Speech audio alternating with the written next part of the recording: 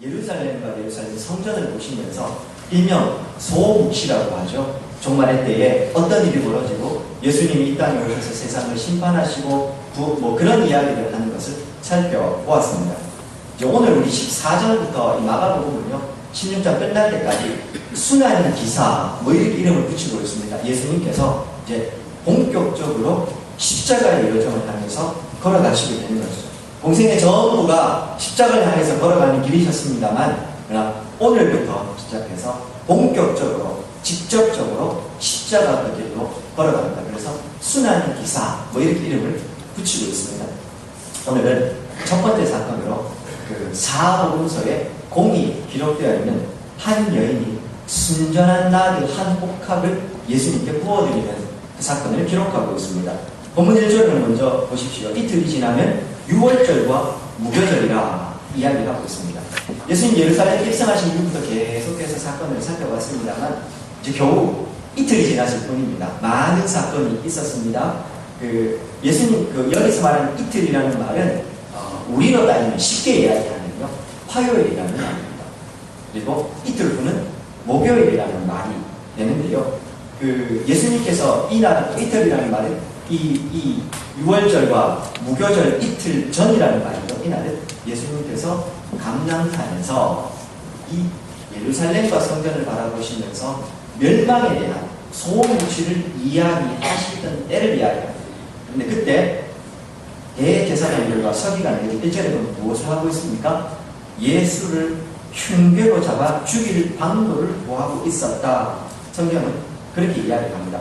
보다 직접적으로 배경구절인 마태복음 26장에서는 예수님께서 이렇게 아예 명시적으로 선언도 하십니다.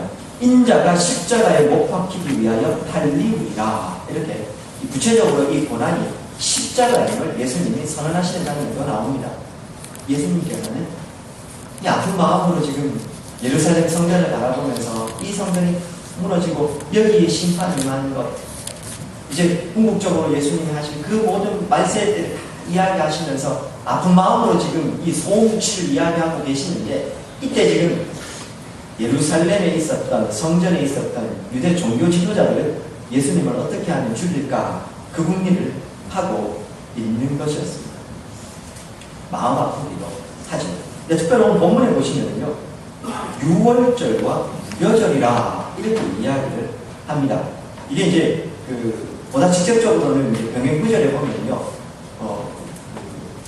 유월절이라고 하는 무교절 이렇게 해서 이걸 같이 붙여서 사용하고 있습니다. 우리는 분명히 유월절은 따르고 무교절은 따르라고 알고 있는데 오늘 본문에서도 유월절과 무교절에서 함께 붙여서 이야기하고 있습니다. 먼저 요걸 좀 해결하고 좀 넘어갔으면 하는데요. 첫 번째, 유월절과 무교절은 분명히 다른 절기입니다. 잘 아시는 대로 유월절은 하나님께서 이스라엘 백성들 출애굽하시기 직전 그들 좌우 임방과 문설주에 발린 어린 양의 피를 보고 모든 초태생은 다 죽어야 되는데 그것이 발려있는 사람들의 집은 넘어간 유월한 것을 기념하는 절기가 유월절입니다. 무교절은 뭡니까?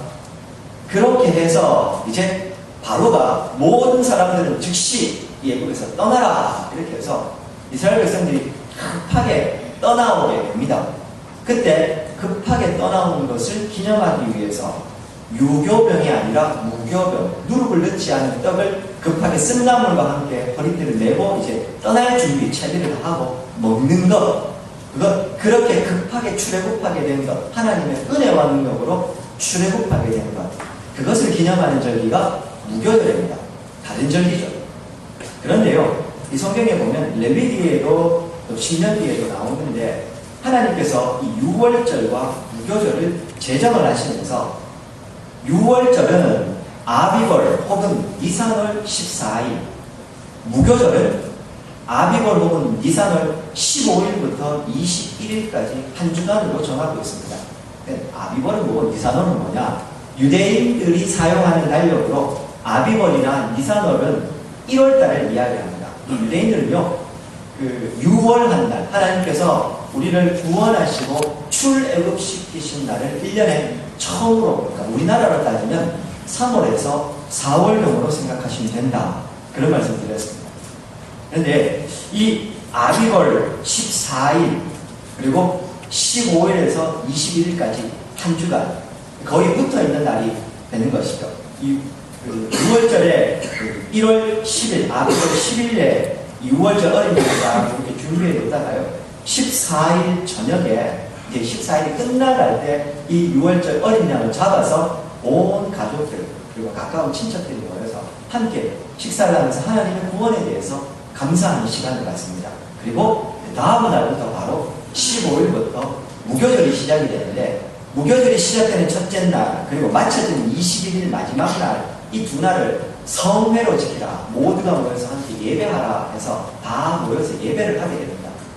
그러다 보니 이 유대인들에게는 6월절부터 시작해서 무교절 끝날까지가 하나로 묶여지는 일종의 이 종교적인 행사로 따지면 하나의 행사처럼 여겨지게 돼서 신약시대로 넘어오면서 이 유대인들은 6월절과 무교절을 하나의 절기처럼 지키기 시작한 겁니다. 큰 구분을 두지를 않게 된 겁니다. 특별히 이 기간들 굉장히 큰 명절이 있는데 유대의 3대 명절 중에서요 가장 큰 명절 중에 하나로 유대인들이 이 6월절과 무교절을 함께 지키게 되는데 그렇게 지키다 보니 이제 이 날이 이렇게 크게 하나로 뭉치게 되는 겁니다. 그런데 이 6월절과 무교절 이야기를 하면 또 하나 우리가 또 기억하고 넘어가야 될 게 하나 있습니다. 6월절과 예수님이 죽으시고 부활하신 날, 즉 유대인들에게는 안식일이 되지만 우리는 그 다음 날이 주일을 지키게 되는 이것과 관련이 있는 것으로 우리가 좀 생각을 하셔야 되는데요. 이제 요일로 좀 따져드리면 유대인들에게는 우리와 하루의 개념이 다릅니다. 우리는 하루에 해가 뜨는 날을 일반적으로 하루의 시작이다 그렇게 이야기하죠. 근데 이제 시간상으로 보면 밤 12시 자정이 넘어가면 하루가 새롭게 시작됐다고 하지만 통상적으로는 하루의 시작이다 하면 해 뜨는 때부터 하루의 시작 이렇게 얘기하죠. 근데 유대인들은 반대로 해가 지는 시기를 기준으로 해서 보통 오후 6시를 기준으로 합니다. 해가 질 때를 하루가 시작된다 이렇게 이야기합니다. 그러다 보니 이 날짜 계산이 우리와 조금 다르게 되는데요. 쉽게 이야기하면 목요일이 됩니다. 6월절은 목요일 저녁으로 보면 그 다음 날부터 6월절이 시작돼서 이 목요일부터 6월절이 시작이 되는 것이기 때문에 최후의 만찬 혹은 6월절 만찬은 14일 저녁에 하게 됩니다. 목요일 저녁에 함께 만찬을 하게 되는 것이죠. 유대인들은 보통 6월절 만찬만큼 6월절은 조용하게 보냅니다. 가족들과 함께 식사를 하니까요. 그리고 14일 저녁에 제자들과 함께 만찬을 마치신 목요일 저녁에 만찬을 마치신 예수님께서 그날 저녁에 겟세마네 동산에 기도하러 가셨다가 거기서 붙잡히셔서 그날 밤에 재판을 받으시고 15일 새벽에 빌라도 법정에 서게 되고 그리고 사형 선고를 받게 되고 15일 날 오전에 못 박히셔서 오후에 돌아가시게 되고 그리고 15일 날 해 떨어지기 전에 예수님의 시신을 급하게 수습하게 됩니다. 왜 그랬을까요? 16일, 우리가 따지면 토요일이 됐는데요. 그 토요일은 안식일이라고 해서 안식일까지 시체를 놓아두지는 않습니다. 그래서 급하게 시신을 수습하게 되고 장사 지내게 되고 15일 밤 16일 하루를 보내시고 우리를 따지면 주일 되는 17일 날 예수님 아침에 부활하시게 되는 겁니다. 날짜로 보면 보통 그렇다는 겁니다. 이거 궁금해하시는 분들이 많아서 말씀드리면 참고하시면 될 것 같고요. 자, 아무튼 6월절이라고 하는 혹은 무교절이라고 하는 명절이 왔고 예수님 이 6월절을 보내시기 위해서 예루살렘에 오셨어요. 가까워 보입니다. 이틀 앞으로 다가왔습니다. 예수님은 죽일 방도, 십자가에 박힐 방도를 구하고 있습니다. 근데 2절 보시면 이르되 밀라는 날까 하느니 명제는 하지 말자 이렇게 이야기합니다. 밀라는 말 그대로 폭동이 일어난다는 이야기입니다. 그 요대 종교 지도자들이 모여가지고요. 어떻게 하면 예수님을 죽일까 이거 궁리해보는데 이거 지금은 하면 안 되겠다는 겁니다. 이 사람들 폭동이 일어날 수도 있으니까 우리 지금은 하면 안 되겠다 그렇게 이야기합니다. 이유가 있습니다. 예루살렘 예수님 당시의 예루살렘 이후를요 많이 잡아도 10만에서 20만 정도라고 합니다. 그런데 6월절 명절 기간이 되면 유대 역사가 요세푸스에 의하면 100만에서 120만 명의 사람들이 이 예루살렘으로 순례객들이 몰려들었다고 합니다. 그러니까 지금 굉장히 많은 사람들이 이 예루살렘에 모여있는 상황인 겁니다.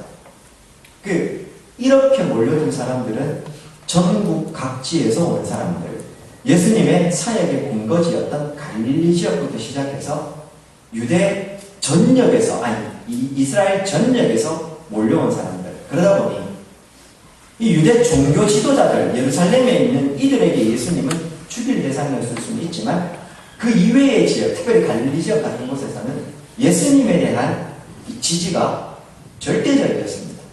더군다나 예수님 예루살렘에 입성하실 때 사람들이 환호했는 걸 눈앞에서 지켜봤지 않습니다. 이 유대 종교 지도자들, 다르게 말하면 산헤드린 공회원이 되겠죠. 이들이 아무리 절대적인 권력을 가지고 있다 하더라도 함부로 했다가는 이 사람들에게 역풍을 맞을 수도 있겠죠. 또 하나, 로마가 당시 유대를 지배하는 시대였는데 어째서 산헤드린 공회는 자치의 경비대도 가지고 있고 절대적인 권력을 가질 수 있었겠습니까? 로마의 입장에서는요, 자기들이 지배하는 큰 넓은 땅을 어떻게 지배하는 게 효율적이겠습니까? 사건, 사고 일어나지 않고 팍스 로마의 평화가 잘 유지되게 하는 게 그들에게 제1원칙이었습니다. 그러다 보니까요, 점령지가 평안하고 별일 없이 그냥 로마의 지배 안에 있는 게 그들에게 제일 중요한 일이었고, 그걸 위해서는 어떤 일이든 불사했던 거예요. 이걸 못 지키게 되면 총독을 수시로 공국으로 소환하고 바꾸게 되는 겁니다. 예수님 재판할 때 보면요, 이 사람들 때문에 이 사람들이 폭동이 날 것 같은데 예수님께 빌라도가 사형을 선고하는 장면도 그래서 이어지게 되는 겁니다. 그리고 같은 관점으로 산헤드린 공회가 비록 로마 당국의 그건 아니었지만 유대 사람들을 별탈 없이 유지하는 데 도움이 됐기 때문에 로마 당국이 그들에게 자치권을 인정하고 준 겁니다. 당연히 산헤드린 공회, 이 유대 종교 지도자들은요, 밀란이 일어나는 게 극도로 꺼려지는 일이기도 했던 것이죠.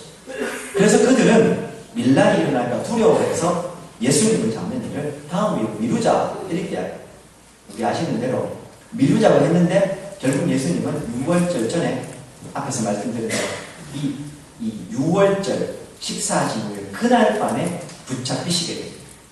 사랑하는 여러분, 예수님 지금 예루살렘 입성하신 후에요, 우리가 살펴본 내용들 11장부터 살펴본 내용을 생각해 보시면 특별히 예루살렘 성전에서 여기서 예수님을 죽일까 궁리를 하고 있는 이 사람들과 직접 대면해서 복음에 대해서 이야기합니다. 이 사람들은 아예 작정하고 예수님께 와서 질문도 하고 예수님을 넘어뜨리려고 했었습니다. 근데 그렇게 못했죠. 다시 말하면 그들은 논리적으로 예수님과 지금 이야기해서 예수님의 복음도 들었고 자기들이 가지고 있는 잘못된 그릇된 신앙에 대해서도 경고를 받은 상태였습니다. 그런데도 불구하고 그들은 예수님의 말씀을 들을 생각을 하지 않고 예수님을 죽일 생각을 하고 있는 겁니다. 이 괴계라는 말이요, 말 그대로 이 함정, 믿기 이런 말이거든요. 합법적으로 예수님을 죽일 방도가 없으니까 함정에 빠뜨려서 죽일 궁리를 하고 있는 겁니다. 저는 어쩌면 이게 오늘 우리가 살아가는 시대와 닮았다는 생각이 들었습니다. 하나님의 말씀이 선포되고 있지만 우리가 생각하는 메시아가 아니고 우리가 생각하는 복음이 아니면 듣지 않으려고 하는 마음을 닫아버리고 귀를 닫아버리는 이것이 닮았다는 생각이 듭니다. 이 시대와도 닮았고 어쩌면 지금 여기 있는 저와 우리들과도 닮을 수도 있겠다, 그런 생각도 들었어요. 아무리 하나님의 말씀이 선포되지만 나는 어쨌든 이 땅에서 잘 되고 싶고 잘 먹고 잘 살고 싶고 내가 기대하는 하나님의 나라는 이런 모습이기 때문에 지금 예수님이 하고 있는 이야기는 내 생각과 다르면 듣지 않는 겁니다. 유대 종교 지도자들도 하나님을 믿었습니다. 그들도 하나님의 영광에 대해서 이야기를 합니다. 그들도 하나님을 예배를 합니다. 문제는 자기들이 생각하는 메시아의 모습과 예수님이 다르게 듣지 않은 겁니다. 자기들이 듣고 싶은 축복의 메시지가 아니니 듣고 싶지 않았다는 것이죠. 귀를 막아버리는 겁니다. 아무리 예수님이 올바른 이야기를 해도. 사랑하는 여러분, 예배 한번 나오셨습니다. 어떤 말씀을 기대하고 계십니까? 어떤 주님을 예배하기 위해서 나오셨습니다. 우리가 한번 생각해 봤습니다. 또 하나 우리가 생각해 볼 수 있는 건요, 오늘 본문에 보시면 밀란이 일어날까 두려워해서 예수님을 잡기를 그만두자 유대 종교 지도자들은 그렇게 이야기합니다. 그런데 우리 아시는 대로 예수님 그들의 계획과는 달리 웃잡히시게 됩니다. 이게 잘된 건지 못된 건지 잘 모르겠습니다만 그들은 이제 명절이 끝나고 나서 예수님을 잡을 생각이었죠. 예수님 그 전에 잡히시게 되죠. 어찌 보면 그들의 생각보다 더 잘된 것이라 할 수 있지만 이 짧은 이야기 속에서도요, 사실 예수님께서 십자가의 길을 가시는 것이 사람의 괴계에 의해서 가는 게 아니라 하나님이 태초부터 계획하신 그 계획표, 시간표에 따라서 움직여지고 있음을 오늘 우리는 다시 여기서도 확인합니다. 하나님은 사람에 의해서 좌우되는 분이 아니십니다. 사람에 의해서 조작되시는 분도 아닙니다. 오늘날요, 한국교회 기도 중에 제일 제가 스스로도 조심하는 것 중에 하나가 뭐냐면 기도를 통해서 하나님의 생각을 바꿀 수 있다고 생각하는 겁니다. 위험합니다. 기도는 내 뜻을 하나님께 관철시키는 시간이 아니라 하나님이 내게 원하시는 뜻을 듣는 시간이 되어야 합니다. 물론 자녀가 부모에게 때를 쓸 수도 있고 내가 원하는 걸 이야기할 수도 있습니다. 그러나 궁극적으로 자녀는 부모의 말을 듣는 사람이어야 하지요.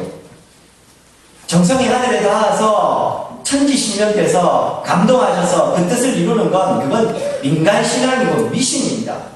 성도는 궁극적으로 하나님 앞에 나와서 간절하게 기도하는 것을 통해서 내 뜻을 하나님께 억지로 관철시키는 사람이 아니라 하나님의 뜻을 듣게 되는 겁니다. 그런 의미에서 기도는 내가 하고 싶은 이야기를 하는 게 아니라 기도 시간을 통해서 내 뜻을 하나님께 굴복시키고 주께서 내게 하시는 이야기를 듣는 시간이 되어야 하는 겁니다. 그 첫 번째 바탕, 하나님의 뜻이 가장 객관적인 어디에 나와 있습니까? 하나님의 말씀. 그래서 성도가 말씀을 가까이 하고 제대로 알고 들어야 하는 겁니다. 그걸 바탕으로 주님의 뜻을 들어야 하는 것이죠. 자, 아무튼 이 밀란이 일어날까 그렇게 하지 말자고 산헤드린 공회, 유대 종교 지도자들은 그들의 뜻을 물리게 됩니다. 자, 그런 일이 있는 와중에 3절 유명한 사건이 하나 벌어지고 있습니다. 특별히요, 이 향유옥값을 깨뜨린 이 여인의 사건은 마태마가 누가 요한 4복음서에 다 나오게 됩니다. 근데 이제 찬찬히 살펴보면 누가복음에 있는 이 여인의 이야기는 조금 다릅니다. 인물만 같은 거 조금 달라서 보통은 다른 사건으로, 즉 다시 말해서 예수님에게 여인이 향유를 붓고 있는 건 2번 일어났을 거라고 이야기합니다. 그건 나중에 기회가 되면 좀 살펴보도록 하고요. 오늘 이 본문에 있는 내용만 좀 충실하게 좀 보도록 하겠습니다. 3절, 예수께서 베다니 나병 환자 시몬의 집에 식사하러 들어가셨습니다. 식사를 하고 있는 와중에 한 여자가 예수님에게 와서 매우 값진 향유, 그거 순전한 나루 한 옥합이라고 이야기하고 있습니다. 그 옥합을 깨뜨려서 예수님의 머리에 붓고 있었다. 성경은 그렇게 이야기하고 있습니다. 4절과 5절에 보시면요, 이 모습을 옆에서 지켜보고 있던 어떤 사람들이 이걸 보면서요, 어떻게 하고 있습니까? 화를 내어서, 아니 어째서 이 비싼 향유를 허비하는가? 5절 300데나리온 이상에 팔아서 이걸 오히려 가난한 사람 부자하는 게 더 낫지 않는가? 이렇게 얘기하는 장면으로 이어지고 있었습니다. 저는 배경에 대한 이야기를 좀 하고 본문으로 좀 들어갔으면 하는데요, 예수님께서 지금 베다니에 계십니다. 제가 처음 예수님 예루살렘 입성하실 때 베다니와 벳박의 이야기를 말씀을 드렸습니다. 예루살렘 들어가는 입구 초입에 있는 도시이고 베이트, 파게와 이 합성된 단어라고 말씀드렸습니다. 베이트는 집, 파게는 무화과 열매 중에서 첫 번째 맺히는 볼품없는 무화과를 파게라고 한다고 말씀드렸습니다. 이 베이트와 파게가 벌어진 벳바게, 혹은 베다니는 베이트와 뭐라고 했습니까? 그 무화과 나무에 그거 연결된 단어라고, 둘 다 같은 베다니와 다 같은 이야기라고 제가 말씀을 드렸었는데요. 여러분, 특별히요, 여기는 예루살렘과 가까운 도시였기 때문에 예루살렘에서 살 수 없는 사람들이 모여 살기도 했고, 또 예루살렘에 가기 위해서 이 나그네들이 머무는 곳이기도 했었습니다. 더군다나 무화과 나무가 아주 많은 도시였기 때문에 이 사람들, 특별히 이 가난한 자의 도시, 이렇게 이름이 붙여졌다고 하는데요. 특별히 이 베단이나 여기는 베단이 같은 도시는 예루살렘에 살지 못하는 사람들, 추방된 사람들도 여기에 모여 살았습니다. 어떤 사람이 주로 추방됐겠습니까? 종교적인 이유. 본문에도 등장을 하는데요. 나병이 발병을 해서 성전에, 이 도시에 있을 수 없어서 도시 밖으로 내쳐진 사람들이 모여서 살기 시작한 곳이 이 베다니와 같은 도시였다고 이야기를 합니다. 그러니 여기는 이 가난한 사람들이나 그렇게 나병에 걸린 사람들이나 이런 사람들이 모여 살게 되고, 또 나그네들이 오가면서 들르게 되는 도시. 그래서 이 베다니를요, 가난한 자의 마을, 이렇게 이름을 붙이기도 한다고 합니다. 자, 아무튼 예수님께서요, 이 베다니에 나병 환자 시몬의 집에 들어가고 계셨다고 합니다. 요한복음 12장 병행 구절입니다. 거기에 보시면 1절부터 3절까지 보시면 이 모습에 대해서 이렇게 이야기합니다. 자막입니다. 요한복음 12장 1절부터 3절까지 보시면 6월절 역사전에 예수께서 베다니에 이르시니 이것은 예수께서 죽은 자 가운데서 살리신 나사로가 있는 곳. 나사로도 여기 이 마을 출신이었습니다. 거기서 예수를 위하여 잔치할세 마르다는 일을 하고 나사로는 예수와 함께 앉은 자 중에 있었다. 유명한 이야기죠. 3절 마리아는 지극히 비싼 향유 곧 순전한 나무 한 근을 가져다가 예수의 발에 붓고 그 머리털로 닦았다. 그렇게 나옵니다. 즉 오늘 예수님에게 향유를 붓고 있는, 오늘 본문에서는 한 여인 이렇게 나오지만 이 사람이 누구라고 요한은 가르쳐줍니까? 마리아, 나사로의 누이 마리아라고 이야기합니다. 우리가 제일 많이 착각하는 것 중에 하나가 이 잔치가 나사로의 집에서 있었다고 생각을 하시는데, 요한복음을 주의 깊게 읽어보시면 나사로의 집이 아니고 이 잔치 자리에 나사로와 그의 누이였던 마르다와 마리아가 함께 있었다고 성경은 이야기합니다.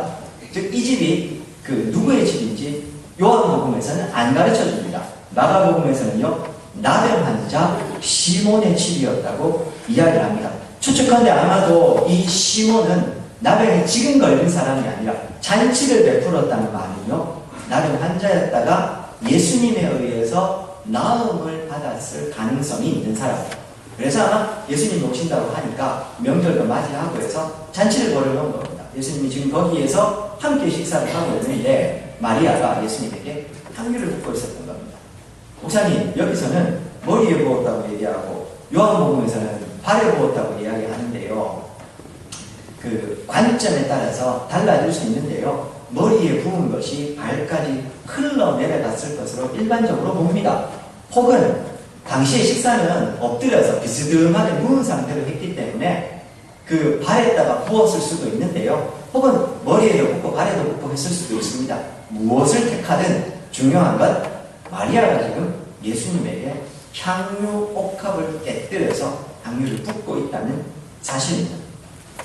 그리고 오늘 이 나드, 순전한 나드 한 옥합이라고 나오죠. 사진 하나만 좀 띄워주시겠습니까? 이름도 어렵습니다. 이 나드 향은요, 인도산 식물이라고 하는데, 저도 아직 이게 어떤 건지 직접 못 봤습니다. 이 식물입니다. 나르도스타키스 자만타시, 이름도 어렵습니다. 이런 식물입니다. 이 식물의 뿌리에서 나오는 점액질의 성분이 있는데, 이게 아주 좋은 향기를 낸다고 합니다. 굉장히 비싼 향이라고 하는데요.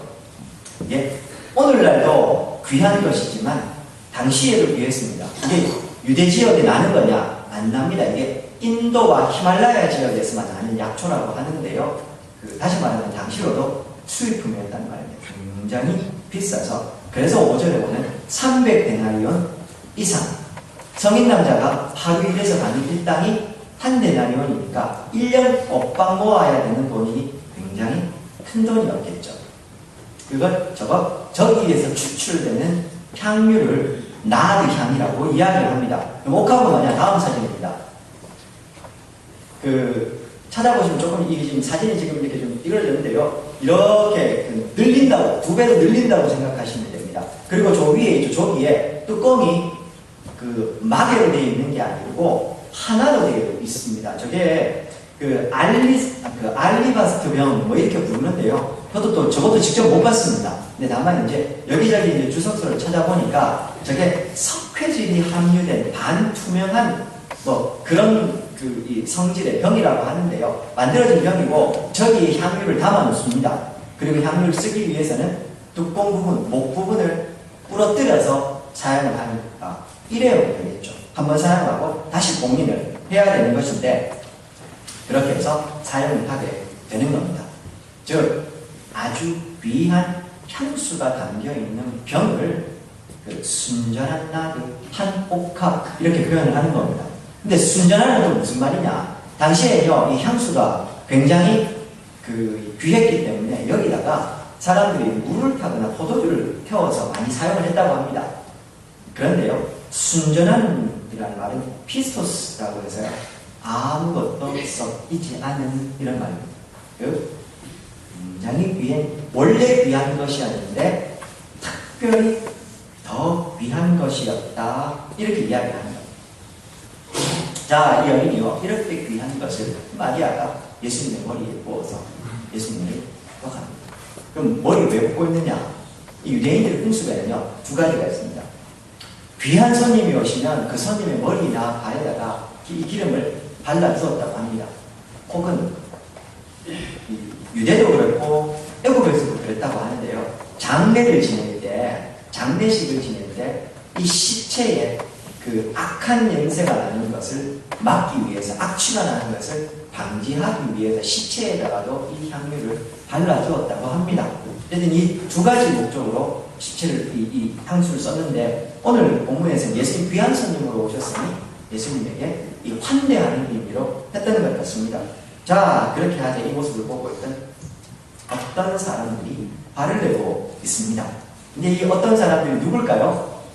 병행구절 마태복음 26장 8절에 보면요, 예수님의 제자들, 요한복음 12장에서는 보다 구체적으로 이 제자들 중에서도 가롯 유다 이렇게 딱 지정해서 이야기를 하고 있습니다. 이 모습을 옆에서 지켜보고 있는 제자들이요, 발을 내고 있는 것이죠. 왜 발을 냈다고 합니까? 4절 보십시오. 어찌하여 이 향유를 허비하는가? 지금 이 여인이 하고 있는 게 허비, 낭비하는 행위였기 때문에 화를 냈고, 5절 이 향유를 300데나리 이상에 팔아 가난한 자들에게 줄 수 있을 것이다. 부재하는 것 하지 못했기 때문에 화를 내고 있다고 하는 겁니다. 어찌 보면 상식적인 반응이 될 수도 있습니다. 이 예수님에게 지금 머리에 이 귀한 거, 이 비싼 거 떼어드리는 것보다 이걸 잘 뒀다가 팔아가지고 가난한 사람들 섬기면 얼마나 좋겠냐. 더군다나 지금 이 도시 베다니가 어떤 도시입니까? 가난한 자의 마을. 사도행전에서 제가요, 성전 미문에 나면서부터 못 걷게 사람 설교하면서 말씀드릴 때 이 성전 미문에 왜 이 사람이 앉아있다 했습니까? 성전으로 예배하러 가는 사람들은 특별히 예배하러 갈 때요, 가난한 사람들에게 자기가 구제하는 것을 통해서 하나님께 선을 쌓고 하나님이 자기의 기도를 더 잘 들어주신다고 생각을 한 겁니다. 유대인들의 관습입니다. 그러니 예루살렘으로 순례를 가는 사람들도 이 베다니에 들렸을 때요, 이 가난한 자의 마을에 얼마나 많이 베풀었겠습니까? 당연히 예수님의 제자들 입장에서도요, 그들에게 관습적으로 생각한 겁니다. 아니, 저 귀한 거라면 이 가난한 사람들의 마을에 이 사람들 도와주면 더 귀했을 거 아니냐. 지금 먹고 살기 힘든, 특별히 예수님 지금 6월절이라는 이 시기는 춘궁기, 먹을 게 없는 시절이었으니 당연히 그렇게 하는 게 더 귀하다고 생각했을 수 있습니다만은 오늘 본문에서요, 제자들이 정말 그런 마음이었을까요?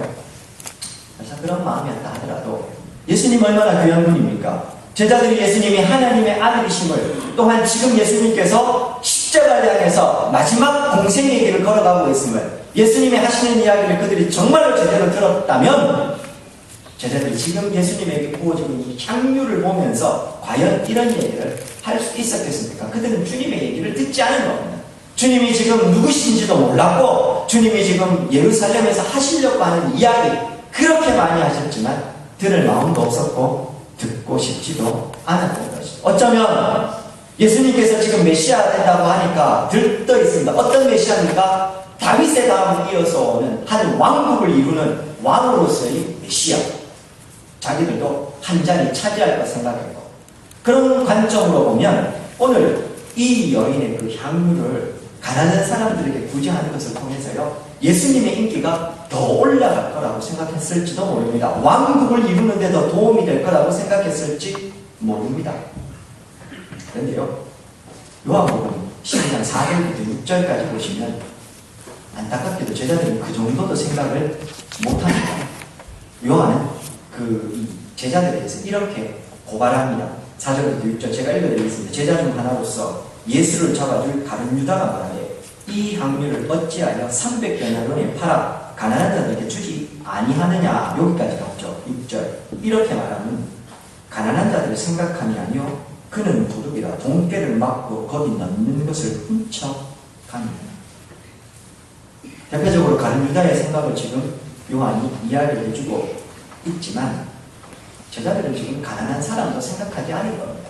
그들은 오히려 이것이 너무 귀한 것이어서 그들은 도둑이었기 때문에 자기들이 그것으로 잘 먹고 잘 궁리를 하고 있었던 거예요. 생각해 보십시오. 예수님과 제자들 3년 반 동안 공생을 하시면서요 늘 여행을 다니셨습니다. 얼마나 먹는 게 부실했겠습니까? 늘 도시락 싸다니고 하셨으니까요. 그렇지 않습니까? 그러니 제자들 입장에서는요 그거 진짜 아까웠던 거. 그걸 통해서 좀 자기들도 좀 한번 좀 제대로 잘 먹어보고 그런 생각들을 가졌던 것 같습니다. 요한은 그것을 고발하고 있습니다. 예수님의 제자들은 예수님 돌아가실 것에 대한 생각도 없었고 예수님께서 조금 전까지 예루살렘의 멸망에 대해서 이야기하죠. 주님이 왜 이 땅에 오셨는지 그리고 예루살렘이 멸망당할 것이며 주님이 이 부활하시고 재림하시고 이런 것에 대해서 이야기하셨지만 관심 없는 겁니다. 예수님의 말씀에 관심도 없고 깨달음도 없고 하나님 나라에 대해서도 그들은 별로 관심 없었습니다. 엄밀하게 말하면 그들은 자기들이 잘 먹고 잘 사는 것 내가 생각하기에 이 땅에서 부귀영화 누리는 것 거기만 관심이 있었던 겁니다. 어떻게 하면 이 땅에서 한 자리 차지하고 주님의 나라에서 더 높아질까 그것만 생각하고 있었던 것이죠. 사랑하는 여러분, 사람들은요 평소에는 이 사람이 신앙이 진짜인지 가짜인지 잘 안 보입니다. 경건한 척 할 수 있고요 잘 믿는 척 할 수 있습니다. 그런데요 진짜 중요한 순간이 되면 그 사람의 속마음이 다 보여지지 않겠습니까? 물질 앞에서 제자들의 마음이 민낯이 그대로 다 드러나고 있는 게 오늘 본문의 이야기입니다. 오늘 어쩌면 저의 모습 속에서 우리의 모습 속에서 이런 제자들의 모습이 보여지는 건 아닐까 싶어서 두렵고 떨리는 마음으로 오늘 말씀을 보게 됩니다. 그러자 6절부터 예수님께서 이 일에 대해서 이야기합니다. 가만히 두라. 어찌하여 그를 괴롭게 하느냐. 그가 내게 좋은 일을 했다. 그렇게 이야기하죠. 그리고 7절, 8절 가난한 사람들은 항상 여유가 함께 있어서 아무 때라도 도울 수 있지만 나는 그렇지 못하다. 곧 십자가로 죽으신다는 말. 그리고 8절 예수님은 이렇게 이야기하십니다. 그는 힘을 다하여 내 몸을 향유를 부어 내 장례를 미리 준비했다. 이렇게 이야기합니다. 마리아가 과연 예수님께서 돌아가실 것을 알고 장례를 준비함으로 이렇게 했을까요? 글쎄요. 누가복음에 보면 마리아는 항상 예수님의 발치에서 예수님의 말씀을 주의 깊게 들었던 사람으로 등장을 합니다. 예수님의 말씀을 잘 들었기 때문에 알고 이렇게 장례를 준비했을 거라고 생각할 수도 있습니다. 그러나 전체적인 분위기를 보면 마리아가 예수님이 진짜 돌아가실 거라고 할 때는 같지 않습니다. 그렇죠? 한 예수님께 마음을 다해서 섬기고자 이 향유를 깨뜨려주는 것 같습니다. 근데 결과적으로 이것은 예수님이 장례를 준비하게 됩니다. 아까 제가 앞에서요, 이 향유를 받는 건 귀한 손님이 오셨을 때 바르는 것 하나, 시체에 바르는 것 하나 말씀을 드렸을 것 같은데요. 예수님의 시체에 향유가 발려졌을까요? 못 발려졌을까요? 마가복음 16장 1절입니다. 마리아와 야고보의 어머니 마리아와 또 살로메가 가서 예수께 바르기 위하여 향품을 사다 부었다가 예수님 급하게 돌아가셨어요. 안식일 전에 예수님이 시신을 수습해야 되기 때문에 급하게 내려가지고 예수님을 장사 지냈거든요. 그러니까 뭐 장례 절차를 할 겨를이 없었다는 말입니다. 그리고 안식일이 지나고 나서 이 세 명의 여인들이요, 그때 그걸 못했으니까 예수님의 지금이라도 봐서 예수님의 시신에 이 장례 향유를 바르기 위해서 그걸 준비해가지고 갔습니다. 여인들이 이때 예수님을 만납니까? 못 만납니까? 못 만납니다. 오늘 이 본문에 있는 여인들을 갔다가요, 천사만 만나고 돌아오게 됩니다. 물론 마리아는 예수님을 또 만나게 되지만 결과적으로는 예수님에게 향유를 못 바르게 되는 겁니다. 오늘 본문에 나오는 마리아가 하고 있는 이 행동을 통해서 예수님의 장례를 준비하는 것이 되었던 것입니다. 그래서요, 오늘 본문 9절 보십시오. 내가 진실로 너희에게 이르노니 온 천하에 어디서든지 복음이 전파되는 곳에는 이 여자가 행한 일도 말을 하여 그를 기억하리라 하면서 예수님께서 오늘 이 여인의 한 일에 대해서 칭찬을 하고 있는 것으로 오늘 말씀이 마무리되고 있습니다. 사랑하는 여러분, 여인은 마리아는 예수님의 장례를 준비한 게 아니었습니다. 그럴 의도가 없었던 것 같습니다. 전체적인 내용을 보면 그죠? 예수님 귀하게 섬겼습니다. 그런데요, 그 귀한 순수하고 순전한 나그만큼이나 순전한 마음으로 주님을 섬겼을 때 그것이 역사상 전무후무한 우리 예수님의 죽으심을 준비하는 행위가 되었다고 성경은 이야기를 하고 있고, 예수님은 그 여인의 행위에 대해서 이렇게 평가하고 계십니다. 그가 나에게 좋은 일을 하였다. 그리고 온 천하의 복음이 전파되는 곳마다 이 여인이 한 이 일도 기억되게 될 것이다. 이렇게 이야기합니다. 여기 이제 적용을 해야 되겠죠. 우리도 그러면 이 여인처럼 순전한 나도 준비했다가 그거 다 주님 앞에 드려야 됩니까? 그런 이야기를 하는 겁니까? 주님이 특별히 이 여인이 귀한 거 드렸기 때문에 그걸 기억하셔서 그게 어디서든지 다 사람들이 다 알아야 되고 똑같이 이렇게 살아야 된다. 그 이야기입니까? 오늘 예수님 구절에서 하시는 이야기는 그런 의미가 아니고요. 예수님의 복음이 전해지는 것, 마찬가지로 주님의 죽으심과 부활하심과 재림하심에 대해서 이야기를 하려고 하면 오늘 여인이 한 게 뭡니까? 장례를 준비한, 죽으심을 준비하게 되는 게 아닙니까? 즉, 복음이 전파되는 곳에는 자연스럽게 이 여인이 예수님의 죽으심을 준비하는 것에 대한 이야기도 같이 이야기될 거라는 말입니다. 그 이야기를 하고 있는 겁니다. 이걸요, 좀 확장시켜 이야기하면 여인이 지금 귀한 것 드렸고 그걸 이야기하는 게 아니라 여인의 이 순전한 헌신의 행위를 하나님이 기뻐 보셨고 어디에서는 다 기억될 거라고 이야기를 합니다. 오늘 우리에게 적용을 하면 우리가 비싼 거 좋은 거 드려야 된다, 아니면 그런 이야기가 하는 게 아닙니다. 우리도 주님의 죽으심을 준비하자, 그런 이야기가 하는 게 아닙니다. 우리도 이 여인처럼 순전한 마음으로 주님을 섬기면 그것을 주께서 기억하신다는 말입니다.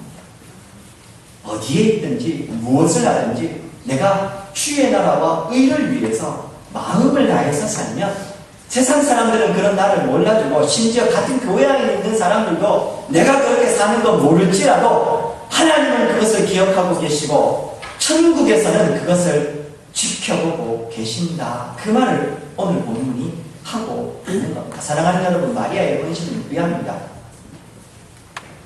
오늘 우리도 마리아처럼 헌신해야 됩니다. 근데 비싼 거 드려야 된다, 그렇게 적용하시면 큰일 납니다. 반성, 온전한 마음으로 내가 할 수 있는 마음으로 주님 앞에 나와서 드리면 주께서 그것이 무엇이든 받으신다는 말입니다. 오늘 본문에서 비교되고 있는 대상 보이십니까? 예수님의 제자들과 마리아. 예수님의 제자들은 예수님이 아무리 이야기를 해도 주님의 죽으심에 대해서 관심도 없습니다.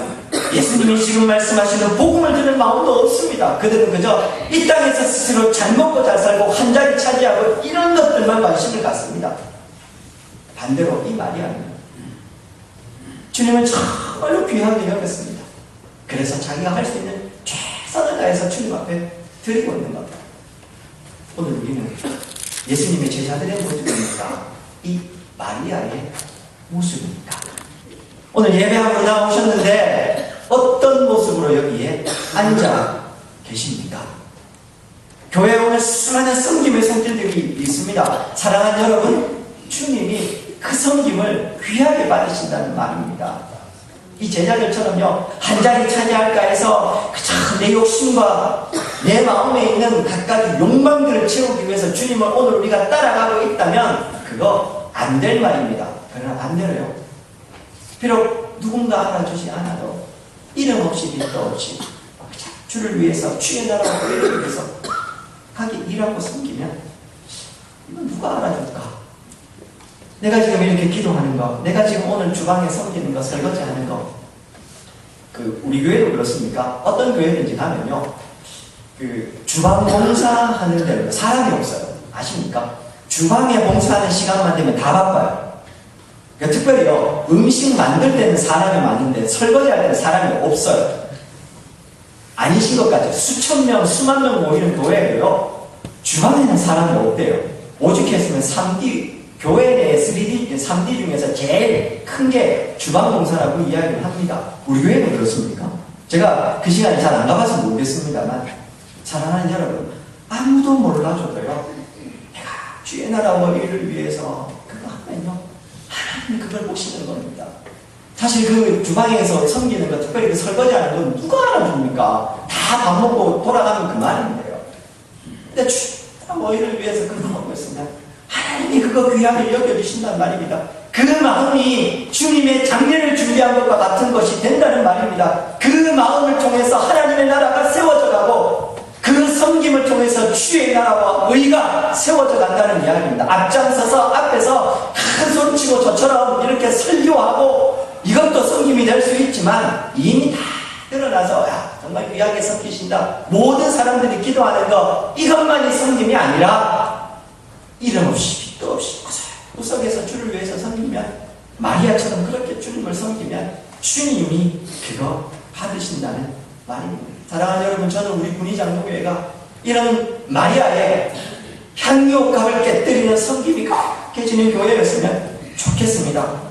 우리 교회가 이 지역에 있는 혹은 한국에 있는 교회들보다 큰 교회 아닙니다. 성도가 많지도 않고 화려하지도 않습니다. 저는 그것으로 우리 교회가 최고가 되기를 원치 않습니다. 그러나 세상의 그 어떤 교회보다 주님을 사랑하는 마음만큼은 뒤집지 않는 교회, 세상의 그 어떤 교회보다 주의 나라와 의를 위해서 수고하고 애쓰는 이 일만큼은 1등인 교회가 되기를 주의 이름으로 축원드립니다. 말씀하겠습니다. 본문의 7절 한번 다시 보시겠습니까? 가난한 자들은 항상 너희와 함께 있거든요. 그래서 아무 때라도 도울 수 있지만 나는 그렇지 않다. 이렇게 예수님이 이야기하셨어요. 이 참 제자들이요, 애들도 아니고 예수님이 지금 이런 이야기 하셔야 됩니까? 사랑하는 여러분, 가난한 사람 돕지 말라는 얘기 아닙니다. 구제하지 말라. 구제하는 것보다 주님을 섬기는 게 더 우선이다. 그거 이야기하는 게 아닙니다. 구제도 해야 되고 주님도 섬겨야 되지만 상황인 만큼 주님을 잘 섬겨야 된다. 그 얘기를 지금 하고 있는 것이죠. 조금 전까지 예수님 제자들에게 정말 예수님의 죽으심에 대해서 이야기를 하고 있는데, 제자들은 그 주님의 죽으심이 관심도 없었던 것입니다. 사랑하는 여러분, 저는 우리 교회는 이 제자들 같은 교회 되지 않았으면 좋겠고요. 우리 성도님들, 그런 성도님들 되지 않았으면 합니다. 오히려 이 마리아처럼 주님의 이 말씀을 제대로 잘 듣고, 그래서 주님을 정말로 귀하게 여겨서 주님의 장례를 준비하는 교회였으면 하는 것입니다. 마리아의 마음, 그 순전한 마음이 힘으로 회복되는 오늘 귀한 주일 되시기를 주의 이름으로 축원드립니다.